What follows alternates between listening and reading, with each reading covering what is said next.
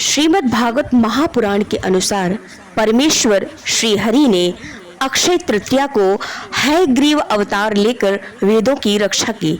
निरंकुश हो गई राजसत्ता को सद्गति मति देने के लिए भगवान परशुराम जी के रूप में अवतार लिया। वहीं आदि गुरु शंकराचार्य ने अक्षय तृतीया को ही भगवान के श्री विग्रह श्री बद्रीनाथ जी के श्री विग्रह के रूप में प्रतिष्ठा की।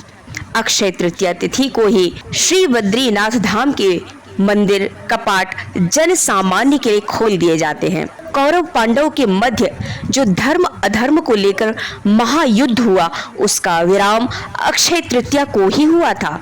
द्वापर युग का समापन भी इसी तिथि को हुआ था।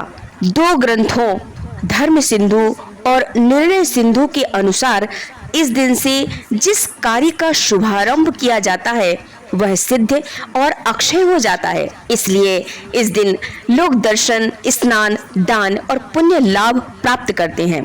वृंदावन में संगीत सम्राट और श्रीमद् भक्त स्वामी हरिदास जी ने अक्षय तृतीया के दिन भगवान श्री बांके बिहारी जी के प्राचीन काष्ठ के विग्रह को प्राप्त किया और उनकी प्रतिष्ठा की। इसलिए केवल अक्षय तृतीया के दिन ही भगवान बांके बिहारी जी के चरण कमलों का दर्शन सुलभ होता है। अन्य दिनों में उनका विग्रह ढका रहता है।